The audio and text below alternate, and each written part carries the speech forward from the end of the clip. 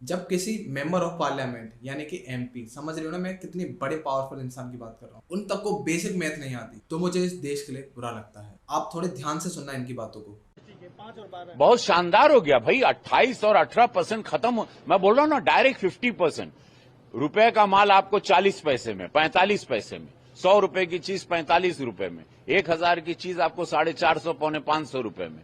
5000 की चीज आपको 2650 रुपए में। इन्हें ऐसा लगता है कि 1,000 रुपए की जो चीज है वो सिर्फ 400 रुपए में मिलेगी अगर हम जीएसटी को 18 से 12% पर ले आते हैं। 18 और 12 के बीच का जो गैप है, शायद ये उस गैप से अनजान है। इनको ऐसा लगता है कि 6% जीएसटी कम होने से चीजों के जो प्राइस है वो आधे से भी कम हो जाएंगे। मतलब जनता को बेवकूफ बनाने की भी कोई लिमिट होती है। Totally senseless. मतलब बेसिक मैथ तो खो ही दी है। 5,000 की चीज जो है वो 2,500 में हो जाएगी। आखिर ये ऐसा कैसे बोल सकते हैं? अब मैं जीएसटी का आपको एक डार्क और नेगेटिव पॉइंट बताता हूँ। मैंने नोटिस किया है कि जो स्टेशनरी आइटम्स हैं उन पर जीएसटी जो है वो 0% कर दी गई है, लेकिन इसका जो रॉ मटेरियल है, पेपर है, उस पर अभी भी 12% जीएसटी है। तो जो फाइनल एसेंशियल स्टेशनरी प्रोडक्ट्स हैं वो कैसे सस्ता हो जाएगा? लॉजिकली आपको लगता है कि चीजें सस्ती होने वाली, पर ऐसा कुछ भी नहीं है। अब थोड़ी सी और भी बेसिक मैथ सुन लो जरा।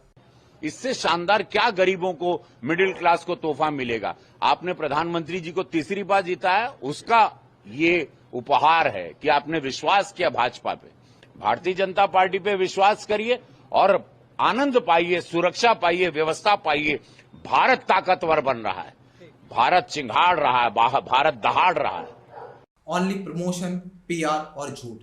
हो सकता है ये झूठ सुनने में आपको अच्छा लगे, लेकिन जब भी आप किसी की बात सुना करो तो उसको देखो उसमें कितना सच है, उसका सोर्स क्या है। जो भी बात मीडिया के जरिए हम तक पहुंचाई जा रही है उसका कोई सेंस भी है या फिर बस ऐसे ही। बस इतना ही था आज के लिए।